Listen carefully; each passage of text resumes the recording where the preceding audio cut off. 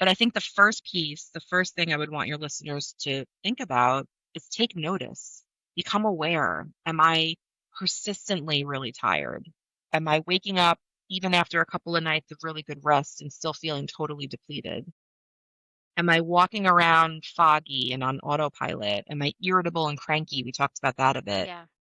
Of course, all of these things, it could be lots of other stuff going on, but it might be a sign of burnout, right?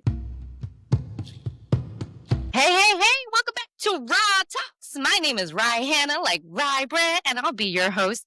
Today, I've got a really interesting guest today. Her name is Alison Campbell, the visionary and founder of Unburned, a company on crucial mission to eliminate workplace burnout. Woo! Alison's journey is truly remarkable, transforming from nearly 2 decades in high-stakes corporate roles, including chief of staff and head of strategy and analytics at a billion-dollar global company, to now becoming a certified health and wellness coach. Her health scare became the catalyst for change, propelling her to combine executive experience with wellness expertise. Today, we'll delve into her insights on burnout, personal well-being, leadership, and how to achieve ambition sustainably. Get ready for the ride, y'all.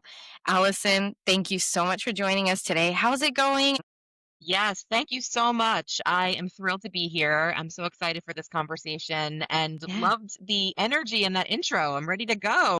Love it, love it, love it. Everyone usually says, I love your energy. I never really know what that means, but I think I'm starting to see it as I'm recording myself. Yes, you've got it. You've got it. Well, let's take it back to you, Alison, and I'll bring in a few of my thoughts in between as we talk about you. And I wanted to start our conversation by beginning about your journey from corporate world to catalyst for change and basically how you started Unburn. And you were saying in our intro, you spent almost 2 decades in the corporate world, and you reached impressive heights, including your multiple C-suite roles. And I wanted to ask you, can you paint us a picture of what your life and career looked like during those years? Because being that high up in leadership and managing that much money, it's kind of hard to leave sometimes, especially when you're enjoying that kind of work. Absolutely. Yes. I think it's such a great question because when I think about my corporate career, right? So the first chapter, nearly 20 years, I loved working. I loved, experiencing all the various roles and companies and the wins, particularly with teams along the way. That just made it so fruitful, so rich to, experience what it was like inside these really impressive corporate companies building strategy, launching new initiatives, again, really, really enjoying the work. And at the same time, once I became a working mom, trying to find my footing. I think we'll talk about this more, but it's really difficult when you shift and you're trying to hold on to pieces of your identity from your 20s or early 30s. It used to be you could work as much as you could possibly work. And when I shifted into becoming a mom and really wanted to be present for my kids, all bets are off. You have to still figure out how to balance your ambitions, get the work done, of course, and be present. And so we'll talk more about the shifts along the way and how that started to erode my previous ways of working, which just can't scale that way when you become a mother or a parent. But I want to open up by saying I really loved my career. I got messages very early as a young girl that you can be anything, you can do anything. The sky's the limit, right? If you work hard and you set a goal, you can achieve it. And I believed it. I worked super, super, super hard to recognize that, yep, I've got a goal. I've got a ton of ambition, and it was really for me about the inflection point of figuring out how to balance ambition with family, with leisure and things outside of work, and look at that holistically in terms of, what's your identity outside of just who you are in the workplace. So I think I'm still on that journey, frankly, but I'm excited to dive in further to tell you more about it. No, totally. And that makes sense. And on that note of shifting, I just wanted to comment really quick that it is hard. Even, no matter what role you're in, whether you're an individual contributor or you're all the way up in the leadership chain, being a working mom is not easy. And I'm with you. Like in the beginning, you're just like, do all to get the maximum position, like raise, salary, whatever kind of visibility work you can get when you're like less than 30.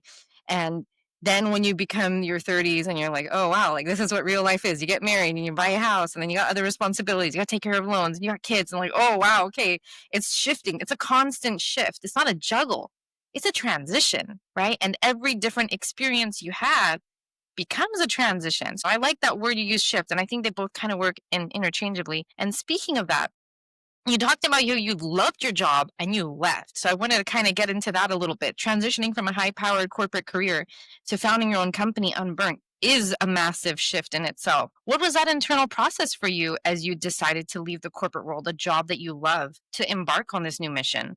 Yeah. Yeah. So, I think like so many professionals, like so many women, working moms, parents. I actually, by the way, let me edit that. I hate the term working moms because we don't say working dads. So, I Yeah, think working when parents. working parents and ambitious women, and, if we think about the past several years going through a pandemic, and if you were homeschooling children during that time, layers and layers of additional pressure and stress that I think when we were going through it, it was all about trying to stay resilient, trying to, continue to push through. We were really scared globally about a pandemic, this virus that we didn't know anything about, and trying to balance that magic word, continuing to work, continuing to raise a family.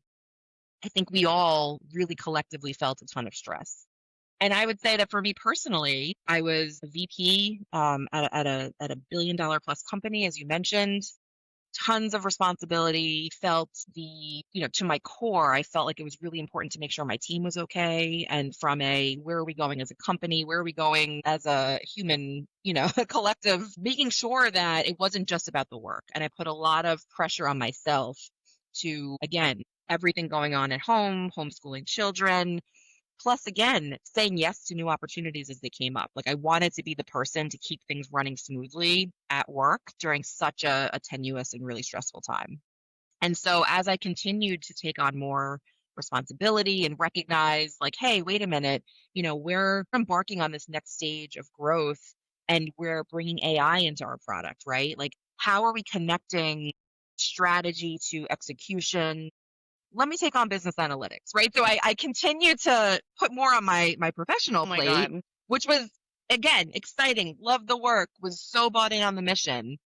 But I think we have to sometimes recognize when the plate is just overflowing Mm, and and it's, whether it's momentary or whether it's, figuring out more sustainable ways of working and living for the long haul, which we'll talk about, mhm, how to make sure we're keeping those things in check. So for me, the big catalyst was there was about, I don't know, a 9 to 12 month period where I was feeling super unwell. I was ignoring that, frankly, which is so disappointing to say out loud. But I was having stomach aches, I was having headaches, brain fog, just didn't feel like myself. Like I remember constantly just feeling like I was walking around in autopilot. And the stomach aches, I just kept thinking like, oh, I got to tweak what I'm eating. I'll go to the doctor after this next board meeting. I'll take some time off. I'm sure that'll reset until I ended up in the emergency room. I had, again, it just kind of like normalized. I'm tired. Yep. That checks out with all I have on my plate. mhm. But I ended up with really, really severe stomach aches and ended up in the emergency room. I had to have surgery. And that was the wake up call that, oh my goodness, this is only not sustainable. I have to make some significant changes, right? Like I had surgery, I wanted to recover, but I had a lot to unpack. Like all of the pressure I kept putting on myself. Again, it's not feasible for one human being.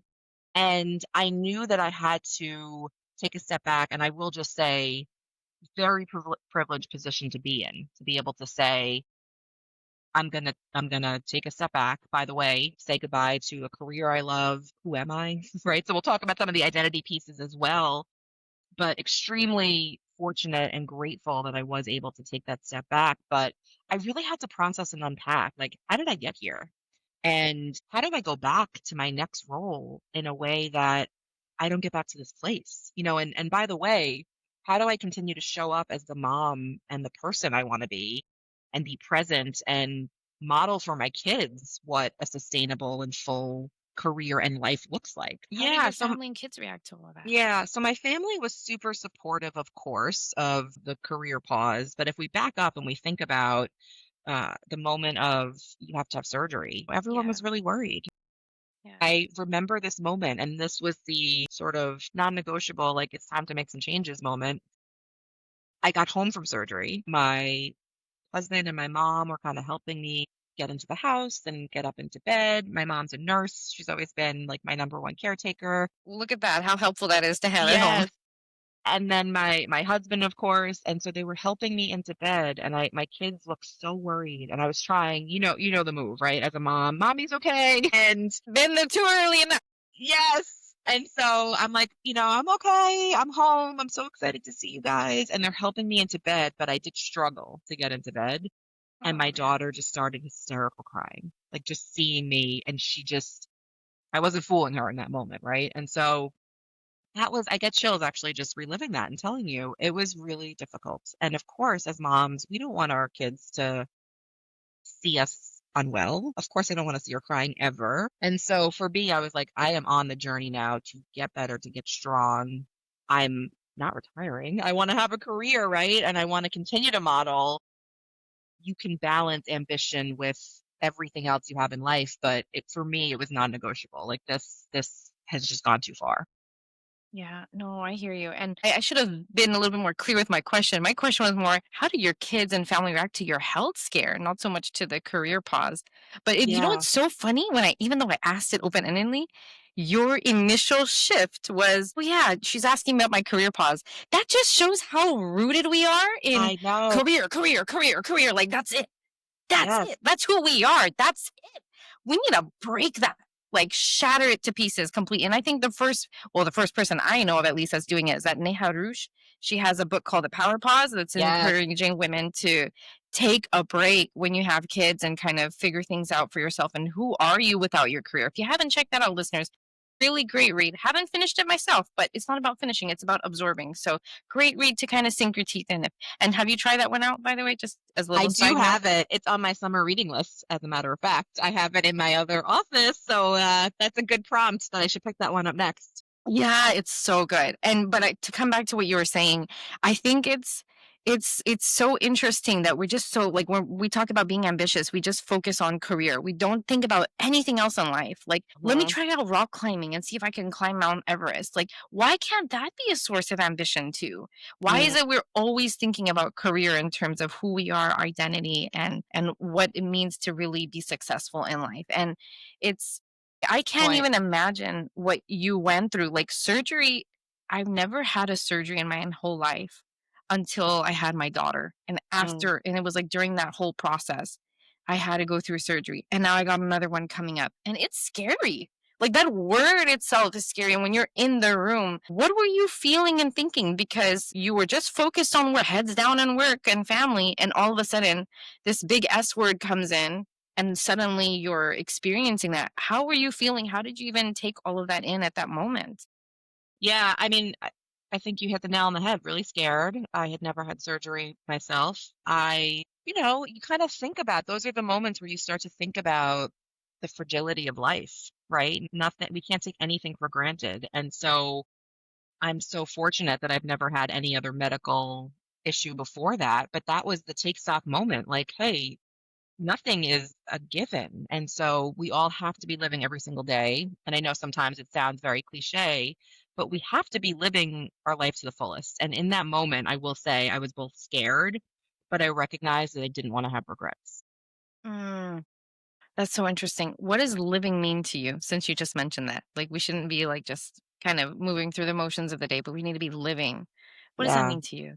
Yeah. I think I really have changed so much about how I perceive happiness, being mindful and present in every day. It used to be a race, right? Get through the day, get all the things done, check everything off the list. Weekends were a marathon of pack it all in, catch up, right? Constantly going, doing, but not living. So for me, living is finding moments of joy throughout the day, throughout the week. It's not about when I get everything done, I can finally rest. Or when I get everything done, I can have fun with the kids and be silly. It's Because never gonna happen. never gonna happen. Right. So how am I making space for silliness? How am I making space Yeah. for truly being present? And so I'll just share. I Yeah. actually have a prompt now on my calendar every morning at 7 a.m. It comes up on my calendar, so I see it on my phone, and it says, "How do you want to show up today?" And so Mm, every single day I think about that. And I think about as a little thought starter for my day, being really mindful, even if it's really busy, even if I have a ton going on, how do I want to show up today? And the answer is different almost every single day, right? yeah. Depending on what's going on. But it's Right. a reminder to live, not just to do. I love that. Live, not just do. I'm gonna quote that. We got a little shop coming up, and we're gonna put Yeah, all the quotes from the guests. That's going in there. I love it. Oh, good. I love that so much. I think it's so important that you mention it, like asking yourself a question when you first wake up in the morning or at whatever point in your day. Because sometimes as a working mom, first thing in the morning doesn't happen. You're getting your kids ready to go to school and making sure you take a Yes. shower, get ready for work, etc. Maybe it's on the way to your commute. Well, whatever your situation is, I love the prompt of a question. There's so much noise out there about what are your daily affirmations? Well, if you're only telling yourself positive things, but you're not really asking yourself the question about how you want to show up, you're not really truly showing up. I think the affirmations for me and my take is that should come afterwards. But the first thing you should is Mhm. ask yourself a question like you do. And I do something similar. In March earlier this year, we're in June now, I I wrote down a question and I said, if I were to die by the end of today, Mm, how would I like to have spent my time? And that's such a hard question to answer because people don't want to face death. They don't even want to deal with it until they're told you only have this much time to live, which is even then scarier if you think about it. yeah, But for my faith, absolutely. it teaches us live as if you're going to die today. And I never really intentionally lived that way until March this year. And I started doing that. And I'll tell you, my whole day has changed. Like when I read that, the way I prioritize is different. When I don't read it, I prioritize different things that are really unimportant. But when I do, I'm more aligned with my values. And I'm just curious for you when you said that, like, how do I want to show up today? And it's different every day. What change have you noticed when you do it and when you don't do it, if that happens? Yeah, I think it helps for me to shift into focus, presence. It helps me absolutely to just have another moment of reflection. Am I doing the right things today? And right is such a tricky word. So am I prioritizing things that are going to move me closer to my goals, whether that be for business? Right? Again, where am I making space to just have some fun today and some rest? Never had rest on the menu previous to my leaving the corporate world. And so, it does. It causes that moment of true presence. Like, how am I spending my day today? How do I want to show up? I'll tell you, one of the biggest regrets of my corporate chapter, particularly the last couple of years, coming out of COVID, was traveling globally, again, just hustling, grinding, wanting to do my very best at work for myself, of course. But I also had such a weight of responsibility of wanting to really make sure everyone else within my workplace was okay. I'd get home, and I think this probably resonates with some of your listeners. You feel like you're so exhausted, you just have nothing left to give. And so when I think about the question, how do I want to show up? That includes how do I want to show up as a mom today? Because when I think back, there were so many evenings where you're just going through the motions. And I spend time with my kids. Family dinners are super important. We sit down at the dinner table every single night. But if I'm really honest with myself, I wasn't super present every single night, right? You're thinking about all the things you still have to do. I got my next trip coming up. I have that next meeting. And so the question every single day, how do I want to show up, puts me in that mindset of I want my kids to remember mommy being super present and fun and silly. And we had so much fun growing up. And so it puts me in that space versus just, again, doing the doing. I think it's so hard to when you have so much on your plate, as you mentioned, and you mentioned overflowing. And I was just thinking, I'm not countering here, right? Just wanted to share a different perspective. I was just thinking sometimes we feel we're adding so many things that it's overflowing, or we don't even know that it's overflowing until it's falling on us. But other times, the sheer weight of the plate can also be Mm, causing a lot of stress and impact too, without there being so much there. And I think they're both kind of interchangeable. But I wanted to get your thought on that really quick before I ask you my next question.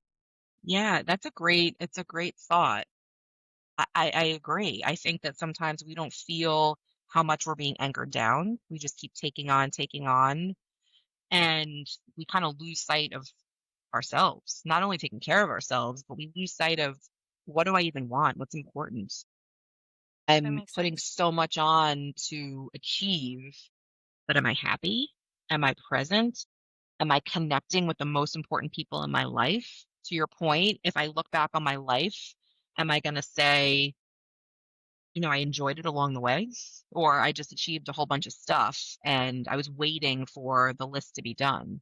So I think, yeah, it's when you said the heaviness, yeah, it sometimes can be such an anchor dragging us down. Percent. Yeah, I don't know how that just came in my mind. Like as you were saying it, just like a little bubble popped up. Yeah. I mean, I I think just that's wanted to bring it up to you. But, I'm curious, working mothers who are ambitious to get, or people who even want to become mothers, who mhm, want to get up to that corporate ladder, who want to get to the executive director, VP positions, but don't know what it would look like to be that and be a mom at the same time. yeah. And I know you said you struggled with being fully present with your kids, even though you really kept the set family dinner sacred. That was like your sacred time with your family and you protected that. But if you had to advise a working mother right now who is aiming for that role, like executive director up, what would you tell her about how can you do both at the same time without losing that piece of being present? Such a great question. I think, and let me be really clear, I think it's 100% doable. I think that Interesting. my experience, of course, there's so many contributing factors that led to that moment. And Mhm. so I think it's doable. I think that the first thing I'd say is you have to create some awareness around what's most important. And so for me, as I think back, a lot of my identity, a lot of what I considered success was external accolades. It was the promotions, it was the title, it was people saying, "Great job, Allison." I think as women, we want all of those things. And especially in a work dynamic where we're still working very, very hard to get a seat at the table, to be in those rooms. I was often the only woman in the room. And so having someone say, "You're doing a great job," was everything. At the same time, I think for women, it's really important to define success on your terms. And so how are you going to find that internal excitement, that internal compass around, I don't need someone else to tell me it's great. I know for me this is aligned with my values and what's super important. So that's the first piece, just building some awareness around priorities outside of what the world is telling you success looks like. If you're striving for that role, it does not mean though that you need to give 80 hours a week. You can define the parameters outside of work to make sure that you're achieving the balance that's important to you. So I think that's the first piece. I mean, we're going to get into, I know we're going to talk about some micro habits. The piece I want to really make sure is also recognized and super important. A career is a marathon. And so when we think about a marathon and the comparison to physically running a marathon or doing anything physically that is, you need endurance, you need that strength, we have to think about sustainability. How are you building a career for the long haul? Because so many of us keep thinking, I'm going to sprint, I'm going to work so hard, I'm going to get that promotion, and then I'll be able to ease a little bit. But the problem is that ease never comes because we're training ourselves to sprint and sprint and sprint, not take the rests and the breaks and the create sort of the space we need. And that's just not sustainable for the long haul. So I know we'll talk more about that, but I think those are the two pieces is really identifying what's important and what does success look like for you. And then how are you creating routines and habits? Because by the way, you deserve them that make sure There you you go. are sustaining, restful periods outside of just the striving and the ambition.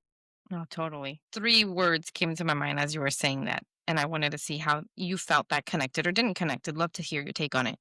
You said awareness. So A, I'm going to add a B and a C, boundaries, and Mhm. C, communication as a I whole. love that. I love that. And can I now print that on a t-shirt? I love that. There you go. Absolutely. Yeah, no, I feel like everything I speak now, especially when I work with clients, relates back to our kids. Yeah. because there's so much we can learn from them. And if we can kind of Yes. incorporate that childlike mindset, like more play, more just no rules, just do things, not think too much about them. The kind of the way that kids kind of explore the world and want to touch a spider, even though they don't know it might can potentially hurt them, or really get close to a bee. They're just crazy. But how they learn is really phenomenal. And so I Yes. think when you bring it back to things that you might be working with your kids, like, oh, they're learning ABCs. Well, let me see, how can I incorporate that as an acronym in my work? And I think that kind of connected with me in terms of what you were saying.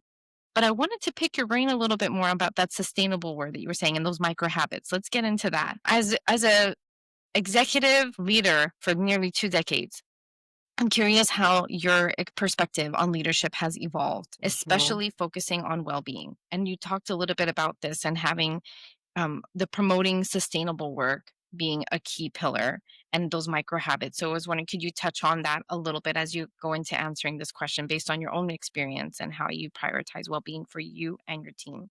Yes. So first thing I would say, I think being well and building resilience personally is so important as a leader.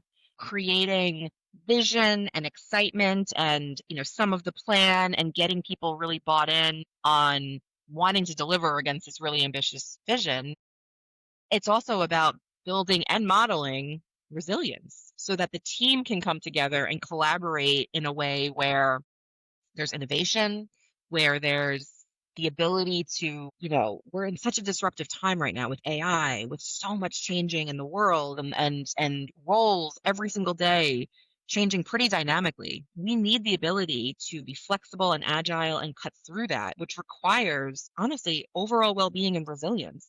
I think when we're in a culture that we're just doing the doing and we're on autopilot and we're chronically stressed out, physiologically, we are not, cognitively thinking and doing our best work. It is, just it's backed in the research.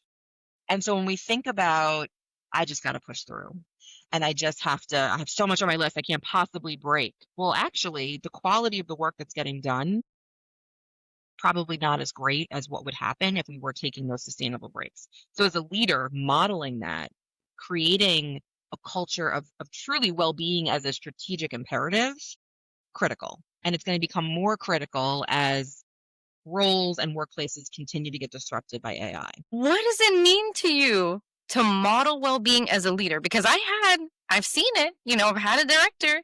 Yeah. I'm running. Running's my thing. Even when I'm going on a road trip, I'm going to get out of the car and I'm going to run for 10 minutes and then my husband's going to pick me up on the way. Yeah. But she was still working weekends and said, Yeah. I'm only going for 30 minutes to check my email, end up spending 3 hours. Like, she was open about that. And what I've seen when I was in the corporate world, whatever she did, the managers under her followed. And my manager was one of them. And then the team that I worked with, like my individual contributor fellows, they also followed that behavior. So I'm really curious, what does it mean to you to model well-being as Yeah. a leader? And could you like give us a little persona of that, if anything, to help Yes. somebody like answer that question if they're looking to understand, well, I do exercise and I tell my team, what else do I need to do? What else I need to consider Yes. here? Yeah, I think it is about some of the unconscious, the subliminal norms, if you will. So I'm seeing for 7 response time in 5 minutes. So that means I have to do it. So it's some of the unspoken things that I think we have to be really mindful of how we want the rest of the team to perceive what's expected and what needs to be done. I think that modeling looks like I'm going on vacation. I trust you all that you've got it. I'm not going to be checking in. I think, for so long, this badge of honor, this like frankly, I need to be involved and I want to be helpful. I think for women too, it's not necessarily I'm so important I need to be involved. It's more I want to make sure I'm still helpful. So it's coming from a good place. But that's telling your team then when they take time off, they need to kind of have one eye open and continue to check in. I think it's about really creating space and norms around rest is good. Rest is going to help us all show up and be the best we can be to do good quality work. I think it's really difficult though, because I also want to make sure we're saying everybody works differently and everybody has different schedules. And so I think we actually have to sometimes take the unspoken and make it spoken and say to teams, hey, have to maybe sometimes catch up at night or on the weekends. I don't like making that a regular cadence, but I do that because that works within my schedule. I also want to show up and be present for my son's baseball games, which means I'm making the trade-off that sometimes I want to work on off hours. That does not mean that you have to match and mirror my schedule. So I think sometimes it's about acknowledging in this 24/7 world of work that gives us optionality and some flexibility, but that doesn't mean we all have to be on 24/7. That's just not right. Yeah. That's not realistic. So Right. sometimes it's about setting some parameters and making sure the team is clear. These are the expected norms, and then here's what's not expected. And actually, making sure everyone understands that. I'm going to challenge you here. And I wanted to just quickly say this is off the record. We're going to edit this out. If you don't agree with something I say, feel free to challenge me. You don't Okay. have to agree with everything that I say. Okay. No, Like the I, ABC thing, like I love a good challenge. So I try to challenge you too, if you're comfortable with that, if you haven't noticed. But yeah. challenge me back. It's great. It adds for good, flavor in the conversation. Okay, cool. All right. All right. So back in queue. I love that. And it's so important. But I wanted to challenge you here because even when you communicate, like I've seen, even as a founder myself, people would send me emails and at the bottom of their signature, my work hours are different from yours. Please don't feel the need to reply and respond. But, as I was an individual contributor, even if I saw something like that, the first thing in my head would be like, okay, yeah, it's there, but I know what the reality is. Okay, my manager told me or my director told me, don't follow the same hours that I do, but I know the reality. If I don't, I'll lose my job. And so, how do as a leader, how do you kind of infiltrate the mind of your individual contributors to really let them know what you're saying is what you really mean and what you expect versus them thinking you're just saying it to just put a face forward? Yeah, it's such a good push and I love it. I think it's about recognizing and rewarding the behaviors that match up Mm, with the words. mm, So, as a culture, for so long, we've been celebrating the hustle, the 24/7 grind. When something is super urgent and last minute, and then someone pulls out, the rabbit out of the hat, we celebrate. Oh my gosh, thank you so much. And so we're rewarding the hustle. I think when we mm. think about matching, I'm saying this and I'm going to reward you, I'm going to celebrate publicly the fact that you took some time off, you took your PTO, and then you came back and you did a really great job. I mean, that's a very bland example, but I think it's about matching the way we're recognizing and celebrating the Mm. behaviors that we want to be ingrained from a well-being strategy perspective. And making sure, by the way, I don't know that we have enough time to get into this whole realm. We also need to, as leaders, make sure the work and the ways of working facilitate people doing their best work with rest, with breaks and the ability to focus and have time to absorb.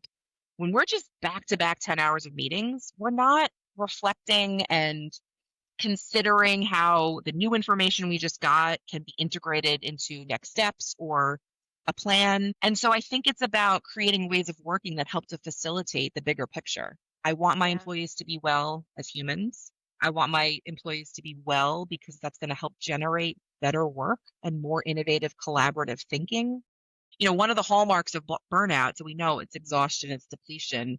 It's also some cynicism and some negativity. And so when everyone's walking around like super cranky and irritable, like we're not doing our best work. So I think when Mhm, we take what's happening physiologically, we're in emotional dysregulation and we translate that and we think about how that shows up in the workplace. mhm. Of course, we're not doing our best collaborative work.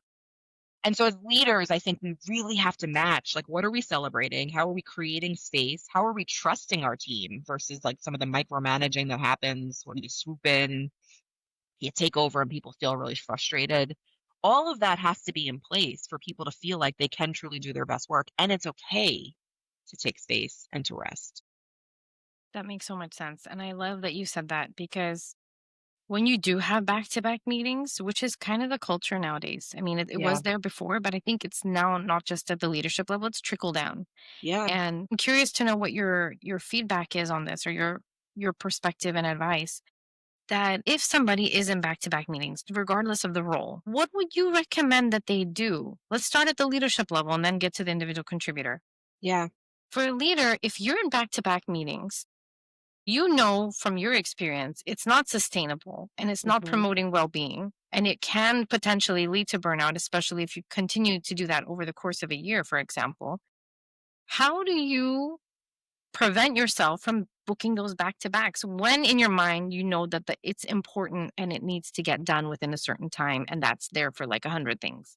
So how Yes. do you kind of prevent that back to back schedule from filling up for yourself? And then we'll get to the individual contributor part.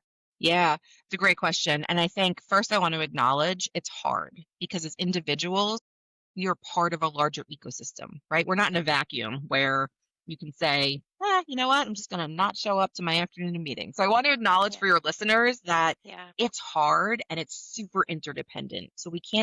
we can't independently just say, nah, I'm going to cancel Wednesdays and have a full free day.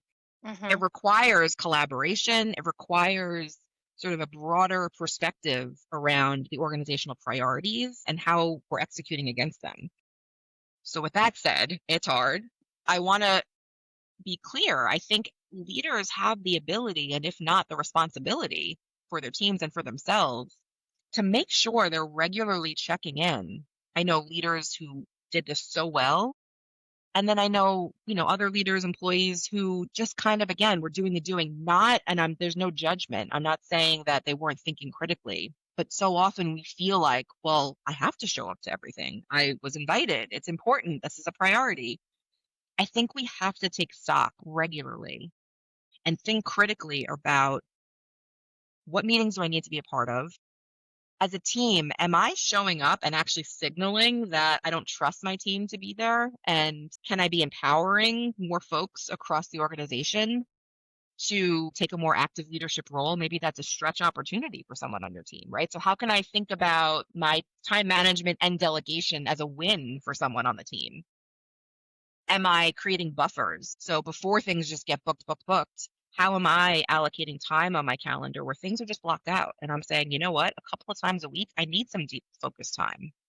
I need to absorb. I need to look at reporting. I need to reflect on progress against the goals. I need to think about my team's development, not once or twice a year when we're doing reviews, on as an Hmm. ongoing Hmm. way. Hmm.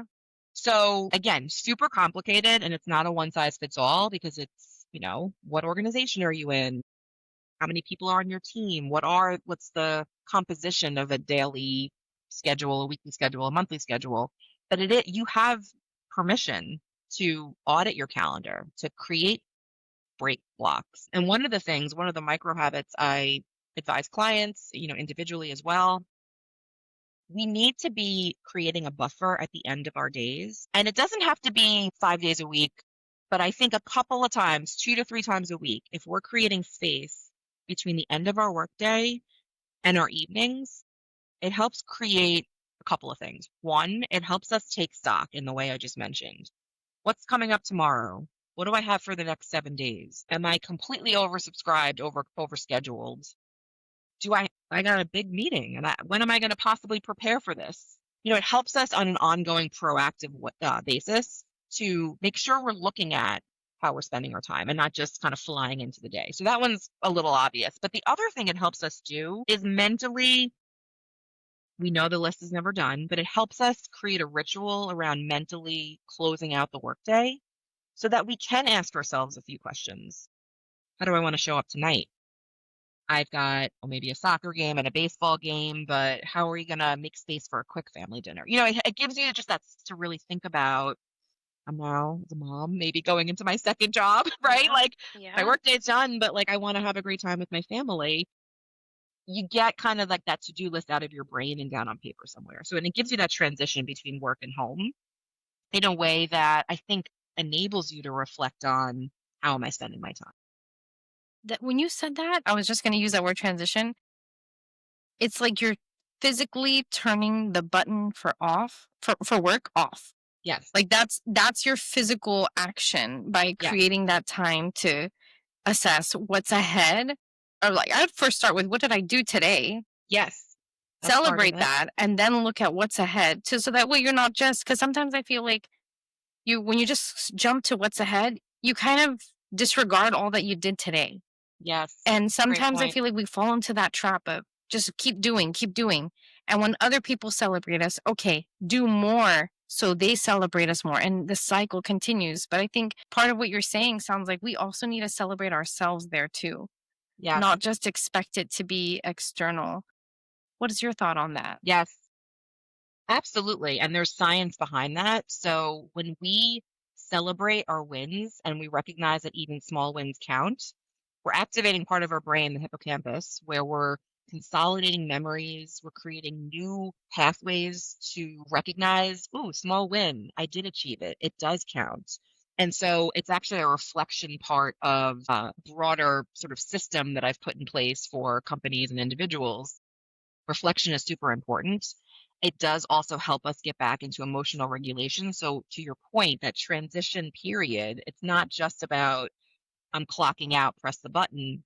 It's also giving your brain a space where you're recognizing, wow, I did get some great things done today and this week, and you're getting yourself back into emotional regulation. So you're actually physiologically lowering the stress. And so instead of us working up until the very minute that we have to go pick up our kids or do whatever is coming next, we're giving ourselves that space to get back into emotional regulation, to lower the cortisol, to come down, right? And then we're a little bit more calm when we go into our evenings. That that reminds me of the topic I learned about in psychology, self-regulation, and I think it kind of Yes, bites into what you're talking about, emotional regulation. And it makes so much sense that if you have that block, that transition block where you're going to look at what you did today, you're going to acknowledge a win or more, and then you look at what's ahead and figure out how you're going to plan. Well, knowing that you have a plan, or you're going to make time for it tomorrow, even if you don't have that much time to plan for what you got coming up the rest of the week, I can see how, and I can feel it physically, how it's already going to reduce that stress for you. yes, And I feel like when we don't do that, we carry that stress load subconsciously. We take it home. Our kids spill some water, or they didn't pick up the toys, or they're like, I'm not going to bed right now. I want to stay up and watch TV. And we blow up. And it yeah, had nothing to do with them. Or your spouse said something to do and you snap. right. It's that But last. it had nothing to do with them. And they're wondering, well, what happened? What did I do? Mhm. And there you go. And so I feel like it that prevention of transitioning from work to home and making an intentional shift and acknowledging everything that you need to do for the next day is carrying over and overflowing into our personal lives and Mhm. creating chaos there, which is, it doesn't even need to be there if we just take care of that piece of transition. And I just thought of that as a powerful shift that you can implement. But I'm curious for you now as a Mhm. founder, how Mhm. do you make that shift between, you're turning the off button on your work and you're doing the same thing that you're recommending to clients, potentially what we just discussed. Yes. How do you then shift so you don't kind of overflow those feelings of stress and overwhelm into your personal life when you kind of leave the work for the day? Yeah, it's a great question. And I think for me, this is a lot of newness. So while I had a corporate career for 20 years, being a founder is a completely different motion. There's so many new things I'm learning every day. And we have to also remember that whether you're a founder, you're in a corporate role, you're a brand new mom, new is hard. Like our brains are wired for comfort. And so when we're doing anything new, it's even that much more pressure and the cognitive load of trying to figure it out is real. And so that kind of wears us down more quickly. And so I absolutely take time to close out my day every Friday. So today on my calendar, we're recording this on a Friday, I close out my week. I have a ritual where I'm doing a more pronounced look back, recognizing because you don't give yourself credit, especially I would say as women. We're just like, it wasn't enough. I've got so much more. I've got to get that next, client or meeting. So for me on Fridays, every week, most weeks, unless something comes up, I do a look back and I say, wow, you know what? I whatever happened this week. And I catalog it as a win.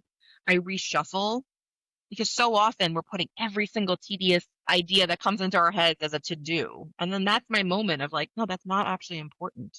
I've got so much I want to get to, but I need to remain focused so I can make progress. I can stay well.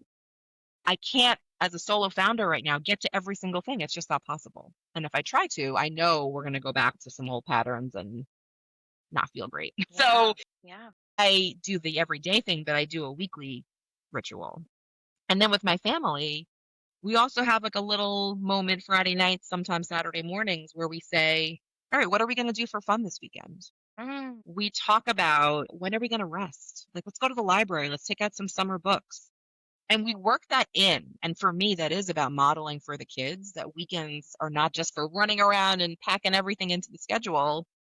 Weekends also need to be about leisure, about fun. We let the kids come up with ideas. So we say, we've got a 2-hour block. What do you want to do that's fun? Within reason. It's not, fly to Disney. Let's take a trip to Europe. Yes. And so that helps to make sure we're making space. And again, modeling for the entire family, for our kids, that rest, leisure, fun, it's all part of the program. That is about making sure we're living and not just doing. Rest, leisure, fun. That's a nice acronym. Okay. Got another one for the books. Yeah. We're just racking Thank them you. up. Yeah, I really like that. I was trying, as you were speaking about it, I was trying to remember there was a Latina executive who mentioned that she does some kind of weekly review, as you mentioned. I think she called it like a weekly business review. And it's the same thing, but she would send it to her manager and she would say, here's everything that I accomplished. Oh, Here are some things that I need help with, and here are some wins that I wanted to celebrate, something like that. And I think it's important to not just do that for your work, as you were mentioning, but also your life, and not just send it to your manager, but do it for yourself, even if you're a founder. As an individual contributor, not yes. back up your schedule, like pack it up with meetings back to back. Yeah. And I think what you mentioned here, like even regardless of what your title, your role is, you can do that daily transition from work to home. How are you going to plan? And the weekly one that you mentioned on a Friday or whenever you get time before the end of the week. But if you're going back to that conversation we just had, that point in our conversation about individual contributor, what would you recommend as a leader? What Yeah. would your advice be?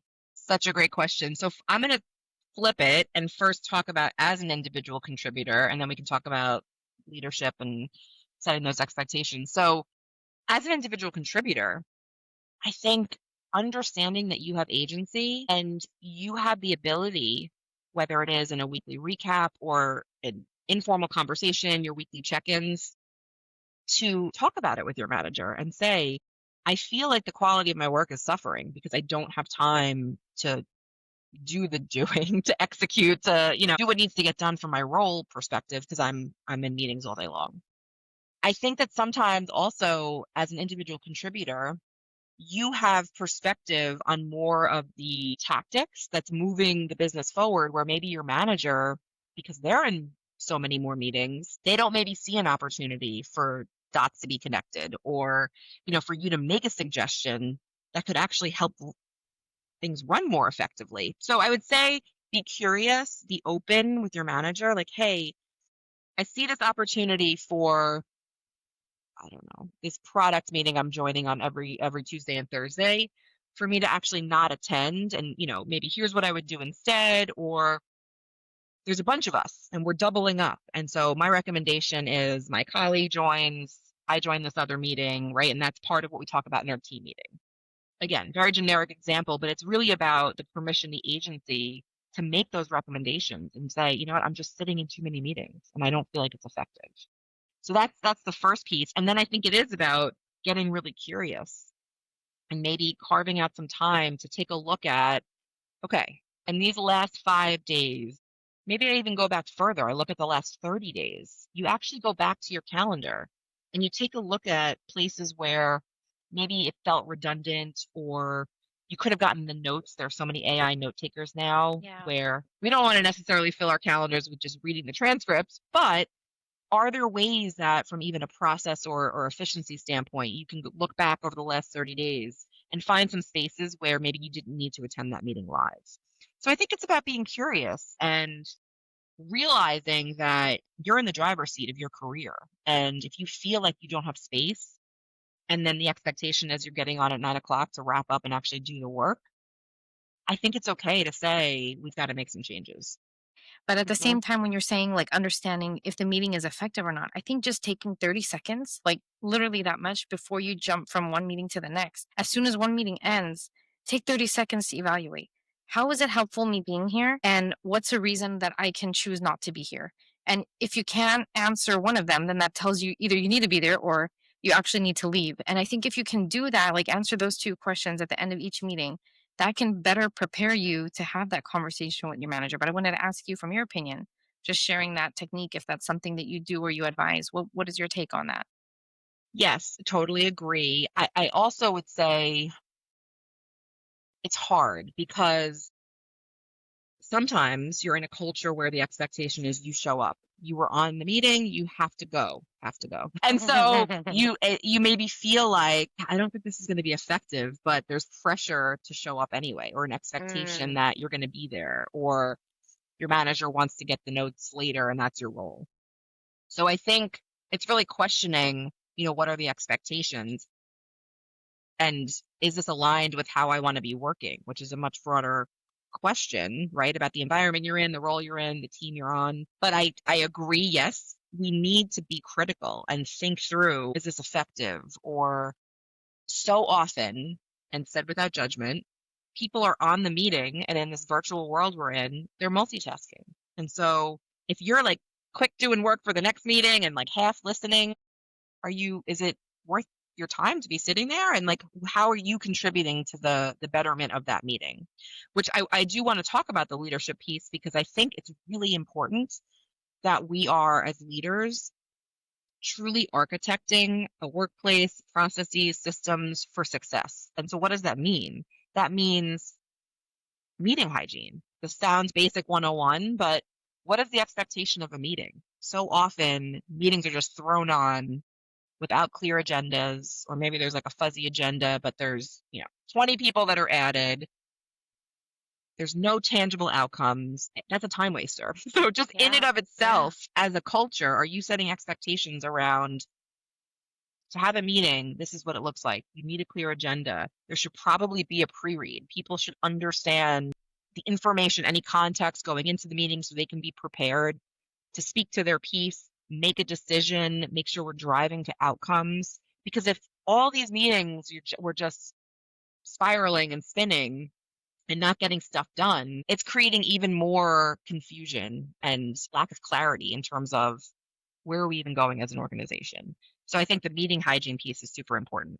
I love that. Meeting hygiene. I've never heard that before. You always think hygiene related like dental hygiene or Yeah. self-care, but that's so great. And it sounds like that even needs to be part of the one-on-one that you have with your manager. If that doesn't Yes. exist, part of the greater team meeting. So everybody hears that let's do a quick sync on meeting hygiene before we talk about everything else. So that way that you're leading with purpose and the team feels, well, yeah, I need to be thinking about this because my leader is modeling this for me. What else do you think on from a leadership perspective that you can do to kind of help the individual contributors not fill their calendars back to back, especially when you might be showing this undue pressure that I want you to be present Yes. as a partner on my team? How would you kind of reduce or kind of eliminate that pressure if that's possible to be Yeah. present? So I think there's an opportunity, not just in an annual planning cycle, but probably quarterly, to be taking stock. What are our goals, right? Like, what's the North Star? What are we driving to for my team? So, whether you're a manager of 5 people, 50 people, how are we contributing and laddering up, right, to that North Star and maybe some of the other key objectives for the year? And then, how are we spending our time to get there? And I think so often there's all these meetings, and that's not to say that then you're going to plan everyone's calendars or tell everyone, yes, go to this, don't go to that. But it's about the reset with the team from a team meeting perspective, one-on-ones, really making sure that time is being utilized effectively and being curious, asking your team, how's it going? Like the last few weeks, you find yourself in too many meetings, what would be your recommendation? And so when we're setting annual goals, that typically then cascades into, all right, now we've got all these new meetings we have to go to get the work done. We have to make sure we're taking stock annually, of course, but quarterly, maybe even monthly, giving permission to have those conversations. And I would also say, making sure we're architecting the work. Are we just throwing priorities on to like we're achieving the goals, but we're not super clear if they're contributing? Like, do we have clear communication? Do we have clear reporting to understand, are we hitting the objectives? Because so often, again, we're just doing the doing, and then we look back after a quarter and we're like, oh shoot, we didn't hit the goal. And so therefore we need to change all the priorities, which leads then to a whole cascading of frenzy and change and many more meetings. I think it's really important that we're taking stock on a regular basis. Thank you so much for sharing that. And I think you provided a lot of great insights today for leaders and for individual contributors on both, like a nice balance to figure out how can you prevent burnout and kind of do work more sustainably without focusing on work life balance, but more of an ebb and a flow and what works for you and your schedule based on the constraints and whatever responsibilities you have going on in your life. And as we close out here, I wanted to ask you one last question. You talked about what burnout meant to you. I'm curious, for listeners who are not really sure what that looks like, and Hmm. you actually had a physical scare that Hmm. kind of woke you up and made you realize that this is burnout and I need to do something about it. If somebody's listening today, they're not really sure what burnout looks like. What are some things that you would help enlighten them by? Yeah, it's a great question. I think so. A couple of caveats I'd throw in the beginning of this. It looks and feels different for everybody. And I think I'm a certified health and wellness coach.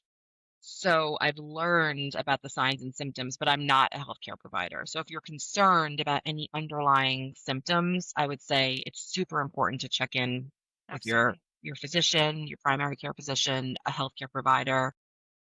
But I think there are things that we wave away, and especially as working moms, we sort of say, "Oh, that's normal. I'm super busy, so of course I'm tired." But I think the first thing I would want your listeners to think about is take notice. Become aware. Am I persistently really tired? Am I waking up even after a couple of nights of really good rest and still feeling totally depleted? Am I walking around foggy and on autopilot? Am I irritable and cranky? We talked about that a bit. Yeah. Of course, all of these things, it could be lots of other stuff going on, but it might be a sign of burnout, right? So if you're feeling like you're constantly tired, another hallmark in the research is questioning your own abilities. So we put so much pressure on ourselves. And so when you think, I'm exhausted, oh, I just made a mistake. I'm walking around in a fog. Oh, I wasn't the present mom I wanted to be last night. We're starting to question our own abilities. That's a hallmark of burnout. And so if you're For having those thoughts, it's important to take stock and say, is there something else going on? Connecting those feelings to your days. Like what was going on? Were there a ton of high pressure situations I was in? And really starting to understand, yeah, this actually could be burnout. And it might be time for me to rest. It doesn't mean you need to leave your job, but it could be a signal that you need to kind of rework and start building in more sustainable habits and room for rest. Those are some incredible questions you shared to help start building that self awareness. And like we talked about awareness, boundaries, and communicating all of those things with the people you work with and even in your family. Thank you for sharing that. And Of I course. know actually it's going to help people who are listening in. So I appreciate all the insights you shared on burnout today, sustainable ambition, personal well being. They're all incredibly timely and crucial. I want to thank you for sharing your journey with us and your personal health scare and their expertise with us today. For our listeners, you can learn more about Alison Campbell and her company Unburned at the following social media handles and her website, which I'll drop in the show notes for you. And I want to make sure you do subscribe to Raw Talks podcast. Give me a follow on LinkedIn, Instagram, YouTube, and Facebook. And don't forget to watch out for our next coming episodes. I'll see you next time.